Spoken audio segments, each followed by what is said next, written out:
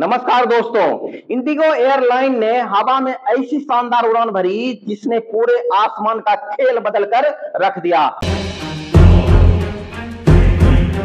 2006 में जब राहुल भाटिया और राकेश गंगवाल ने इंडिगो की नींव रखी, तब किसी ने सोचा नहीं था कि ये छोटा सा स्टार्टअप एक दिन बड़े बड़े दिग्गजों को धूल चटा देगा। लोग कहते थे एयरवेज इंडस्ट्री ने अच्छे अच्छे सुरमाओं की अकल ठिकाने लगा दिया है, तो ये दो लोग किस खेत के मूली हैं।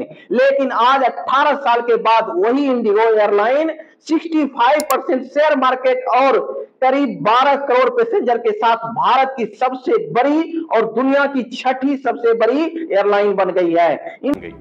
Indigo is the only Indian airline that is running profitably in a challenging aviation environment. Indigo has enjoyed near unprecedented growth in less than 20 years. Indigo आज कितनी बड़ी हो गई है, इसका अंदाजा आप इस बात से लगा सकते हैं कि जब 2006 में इंडिगो की शुरुआत हुई, तब पूरे भारत में कुल मिलाकर 305 एयरक्राफ्ट थे। आज इंडिगो के पास अकेले 406 एयरक्राफ्ट हैं और 900 एयरक्राफ्ट का उन्होंने अभी हाल ही में ऑर्डर किया है। यह कोई सपना नहीं है, बल्कि सटीक रणनीति और फोकस का तरीका है, जिसने पूरे एविएशन की दुनिया में तहलका मचाकर रख दिया है। आज सबसे बड़ा सवाल यह है कि आखिर 18 साल पुरानी कंपनी ने 90 साल की एयर इंडिया को पीछे कैसे छोड़ दिया, जो एविएशन इंडस्ट्रीज किंगफिशर और जेट एयरवेज जैसे दिग्गजों को खा गई, उसमें इंडिगो ने कैसे अपना एक छत्र राज बनाया। आज एयर एशियन की वजह से इंडिगो नहीं चल रही है दोस्त, बल्कि इंडिगो की वजह से पूरा एयर एशियन सेक्टर दौड़ रहा है। और आज सबसे चौंकाने वाली बात यह है कि सभी बड़ी एयरलाइन जब घाटे में है, तो आखिरकार इंडिगो लगातार 10 सालों तक मुनाफे में कैसे है। क्या यह सिर्फ सस्ते टिकट का कमाल था, या फिर टाइमिंग का, या ऐसा मास्टर स्ट्रोक जो इंडस्ट्रीज के बाकी जॉइंट समझ नहीं पाए। तो दोस्तों, अपने घर में बैठे हुए ही अपनी कुर्सी की पेटी बांध लीजिए, क्योंकि हम उड़ान भरने वाले हैं उस कहानी में जिसने इंडियन एयर एशियन की दिशा हमेशा हमेशा के लिए बदल दिया।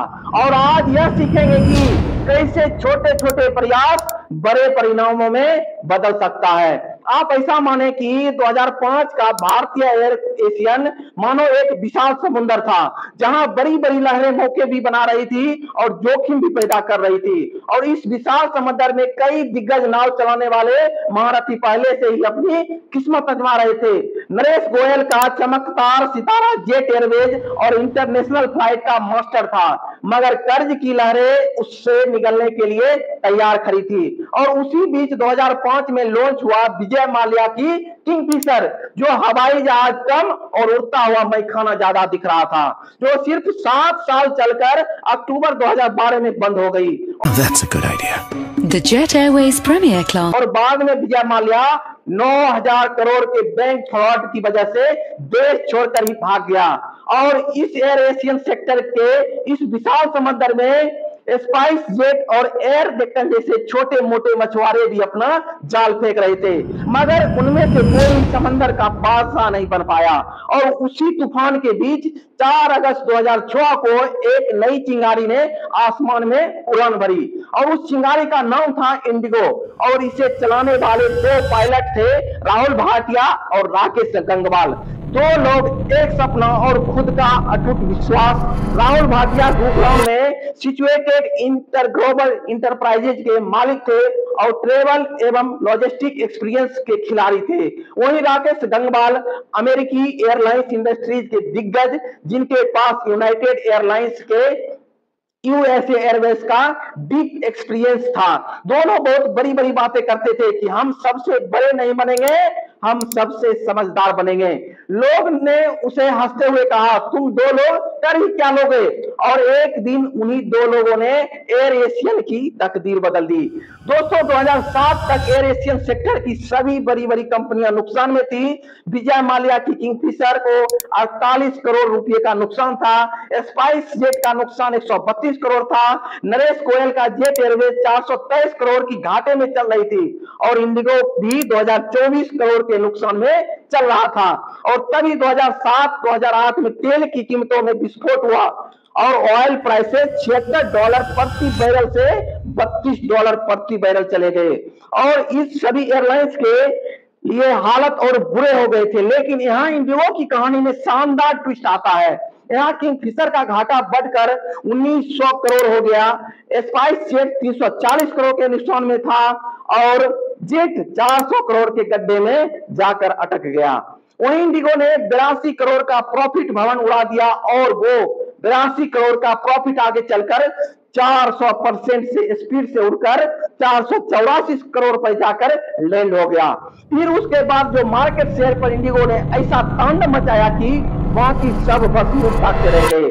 दोस्तों, यहाँ सबसे पहले यह समझना जरूरी है कि ऐसा हुआ क्यों। ये मेन क्वेश्चन है कि इतनी बड़ी बड़ी दिग्गज कंपनियां जिन्होंने हाई सैलरी वाले दिग्गज लोगों को अपने यहाँ नौकरी पर रखा था, इसके बावजूद एयरलाइंस हजारों करोड़ के नुकसान में जा रही थी। इसके 3 बड़े रीजन थे। सबसे पहला रीजन है एटीएफ यानी एयर एशियन टरबाइन फ्यूल।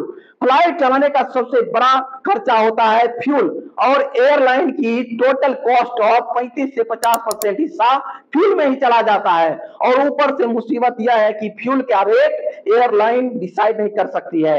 यह इंटरनेशनल मार्केट के हिसाब से ऊपर नीचे होते रहता है और फ्यूल अगर महंगा हो जाए तो प्रॉफिट जीरो भी हो सकती है। एयरलाइन के बड़े लॉसेस का सबसे दूसरा बड़ा रीजन है Indian customer behaviour.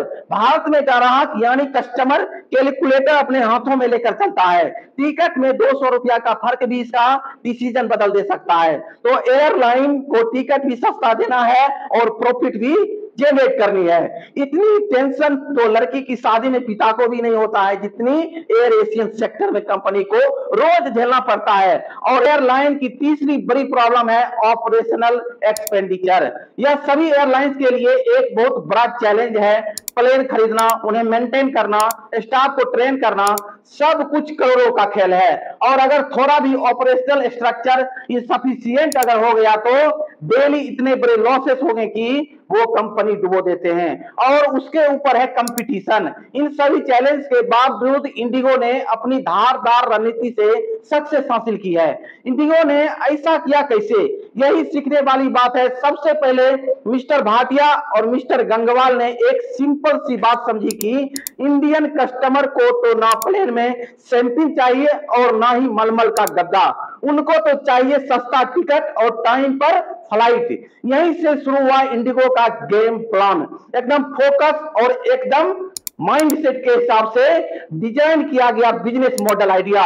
Mister Bhatia और मिस्टर गंगवाल ने 5 पॉइंट एजेंडा पर फोकस किया। सबसे पहले इंपॉर्टेंट चीजों पर ध्यान दिया गया जो कि होता है फ्यूल। रनिंग कॉस्ट को घटाने के लिए इंडिगो ने एक बेहद शानदार तरीका बनाया जो कि किसी के दिमाग में नहीं था कि ऐसा भी करने से पैसा बचाया जा सकता है। आप गौर करें कि इंडिगो एयरलाइंस अपने ज्यादातर जहाजों में गर्म खाना नहीं देती है। इनके सैंडविच ठंडे होते हैं और खाना भी ठंडा ही होता है। दरअसल इंडिगो ओवन लेस फ्लाई करती है, जिसमें खाना गर्म होता है। वो ओवन इंडिगो में होता ही नहीं है। यह अकेली एयरलाइंस है जिसमें ओवन होती ही नहीं है और बिना ओवन की वो उड़ान भरती है। इसका फायदा क्या हुआ, देखिए, एक ओवन का वजन लगभग 20 केजी होता है और एक फ्लाइट में 3 ओवन होते हैं, यानी कि हर फ्लाइट में 60 केजी वजन कम किया गया। अब जब प्लेन हल्का होता है तो उसमें फ्यूल कम लगता है। इस हल्केपन से हर फ्लाइट में 2000 से 3000 का फ्यूल सेव किया जा सकता है। इंडिगो साल भर में कोई 7 लाख फ्लाइट ऑपरेट करती है, तो सोचिए कि सिर्फ ओवन न रखने से करीब 400 करोड़ रुपए बच जाते हैं। फ्लाइट को हल्का रखने का एक और गजब का दांव इंडिगो ने चला कि कम फ्यूल खर्च हो सके और पैसे भी बचे। आपने गौर किया होगा कि केबिन क्रू में ज्यादातर लड़कियां होती है। इसका कारण कोई भेदभाव नहीं है दोस्तों, बल्कि एक मेन कारण है वजन। मानो केबिन क्रू मेंबर पुरुष होता है तो उसका एवरेज वजन 75 केजी होता है और अगर एयर होस्टेस कोई लड़की है तो उसका एवरेज वेट 50 केजी होगा। अब अगर फ्लाइट में चारों केबिन क्रू लड़कियां होती तो कुल वजन होगा 200 केजी। अगर चारों पुरुष होते हैं तो उनका वजन होगा 300 केजी। यानी हर एक फ्लाइट में 100 केजी वजन का डिफरेंस हो सकता है। यानी हर फ्लाइट में 2 एक्स्ट्रा लोगों को सेम फ्यूल कॉस्ट में उड़ाया जा सकता है। 7 लाख फ्लाइट अगर साल में उड़ान भरती है तो 14 लाख एक्स्ट्रा पैसेंजर बिना किसी एक्स्ट्रा फ्यूल कॉस्ट को ट्रेवल कर सकती है। फ्यूल बचाने के लिए इंडिगो एक और टेक्निक का इस्तेमाल करती है, इसे कहते हैं सिंगल इंजन टैक्सिंग। जब प्लेन टेक ऑफ से पहले रनवे की ओर जाता है या लैंडिंग के बाद टैक्सी करो, ज्यादातर एयरलाइन 2 इंजन चलाए रखते हैं, लेकिन इंडिगो के पायलट केवल 1 इंजन से टैक्सी करता है, जिसे फ्यूल की बचत होती है और भारी बचत होती है। इस टेक्निक से ऑन ग्राउंड फ्यूल 20% तक बच जाता है। CO2 यानी कार्बन डाइऑक्साइड 40% कम वातावरण में जाती है। अगर एवरेज फ्लाइट का फ्यूल खर्च 1.5 लाख माने तो सिर्फ 1 इंजन टैक्सी करने से करीब 7,500 की बचत होती है। इंडिगो हर साल 7 लाख उड़ानें भरती है। अगर हर उड़ान में सिर्फ 1 इंजन से टैक्सी करने से 7500 का फ्यूल सेव होता है, तो पूरे साल में इस तरीके से 525 करोड़ रुपए की टोटल सेविंग होती है। दोस्तों, इंडिगो सिर्फ हवा में नहीं उड़ती है, वह हर कदम पर पैसों की बचत करने का मौका भी ढूंढती है। अब कॉस्ट बचाने के लिए इंडिगो ने दुनिया की सबसे कीमती चीज पर फोकस किया। जानते हैं क्या? मैं बताता हूं। समय यानी कि टाइम। इसका सबसे बड़ा मास्टर स्ट्रोक है टाइम पे उड़ान भरना। भारत में एयरपोर्ट का हाल सब जानते हैं, भीड़, कोहरा, पुराने टर्मिनल, हर जगह देर ही देर। लेकिन इंडिगो ने अपनी ग्राउंड टीम को इतना स्मार्ट और तेज बनाया कि एक उड़ान के उतरने से दूसरी उड़ान भरने तक सिर्फ 30 से 35 मिनट लगते हैं। अगर आपको दिल्ली से मुंबई जाना है तो आमतौर पर यह जर्नी 2 घंटे 10 मिनट की होती है, लेकिन इंडिगो वही सफर 1 घंटा 50 मिनट में करवा देती है। अब सवाल उठता है कि इंडिगो का जहाज ज्यादा स्पीड से उड़ता है? ऐसा नहीं है दोस्तों। तो जवाब है नहीं। स्पीड तो लगभग सभी एयरलाइंस की एक ही जैसी होती है, लेकिन फर्क है turn around time. Turn around time वह टाइम होता है कि जब एक प्लेन लैंड करता है तो पैसेंजर को डिपोर्ट करना, एयरक्राफ्ट की सफाई करना और फिर पैसेंजर को फिर से बोर्ड करना शामिल होता है और फिर से एयरक्राफ्ट दोबारा से टेक ऑफ करता है। किसी भी हवाई कंपनी का टर्न अराउंड टाइम 45 से 60 मिनट का होता है, लेकिन वहीं इंडिगो ने इसे कम करके 30 मिनट कर दिया। इसके ग्राउंड स्टाफ को ऐसे ट्रेन किया गया है कि ये लोग सफाई, रिफ्यूलिंग, लोडिंग, अनलोडिंग का काम सुपर फास्ट करते हैं। एक स्टडी के अनुसार हर फ्लाइट में 10 मिनट की बचत का मतलब है आप साल में 200 एक्स्ट्रा फ्लाइट उड़ा सकते हैं और एक्स्ट्रा रेवेन्यू कमा सकते हैं। टाइम से चलना इंडिगो के प्रॉफिट का शायद सबसे बड़ा सीक्रेट है। इसके चलते इंडिगो भारत की सबसे समय की पाबंदी एयरलाइन बनी और 2022 में 83% ऑन टाइम रिकॉर्ड के साथ दुनिया की 5वीं सबसे बड़ी पंक्चुअल एयरलाइन बन रही है। इसे ब्रांड रॉयल्टी बनती है और पैसेंजर बार बार इंडिगो चुनते हैं।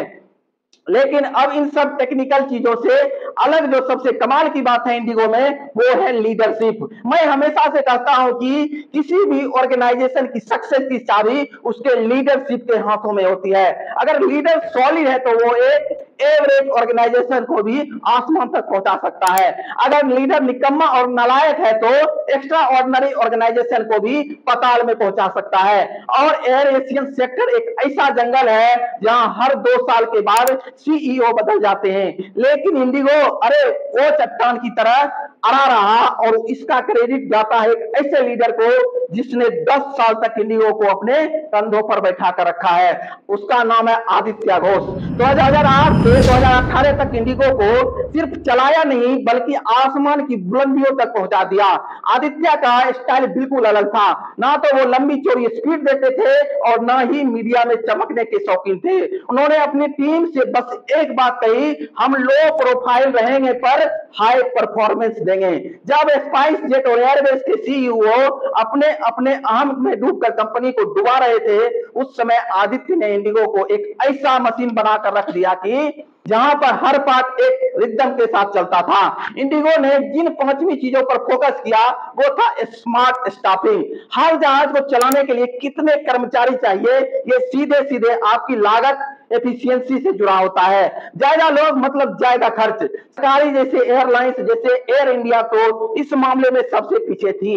हर जहाज के लिए उसके पास 250 कर्मचारी थे, क्योंकि सरकारी सिस्टम हर छोटे काम के लिए अलग अलग आदमी, ढीली एफिशिएंसी और कोई शख्स कंट्रोल नहीं।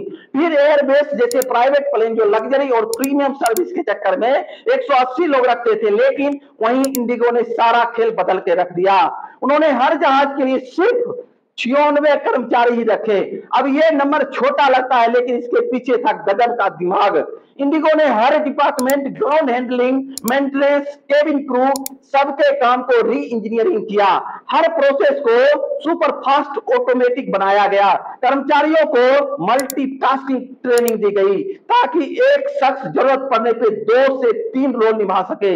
नतीजा छोटी सी टीम लेकिन रॉकेट की स्पीड को फ्लेक्सिबिलिटी। इसका रिजल्ट से हुआ कि हर फ्लाइट का खर्च घटा, मुनाफा आसमान छूने लगा। 350 से ज्यादा जहाजों की फ्लीट में यह बचत सैकड़ों करोड़ों में बदल गई। दोस्तों साथियों, वीडियो के आखिरी में शॉर्ट में सीखते हैं कि इंडिगो की सक्सेस में हम क्या सीख सकते हैं, हम अपनी लाइफ में इस केस स्टडी को एडवांटेज कैसे ले सकते हैं। सबसे पहले हवा में उड़ने से पहले जमीन मजबूत करना पड़ता है। इंडिगो ग्लैमर के पीछे नहीं भागा, बल्कि उसने सबसे पहले ऑपरेशनल जड़ों को मजबूत किया। वहीं बाकी एयरलाइंस बिजनेस क्लास की चमक और इन फ्लाइट एंटरटेनमेंट में लगी थी, जबकि इंडिगो रनवे की हर सेकेंड की वैल्यू साफ समझ रही थी। 30 मिनट का टर्न अराउंड, सटीक स्टाफिंग, एक सिंपल रूट नेटवर्क, इन्हीं छोटी छोटी चीजों से उन्होंने एक बड़ी उड़ान भरी। मतलब साफ है, जड़ों को मजबूत करो, पत्ते खुद व खुद हरे हो जाएंगे।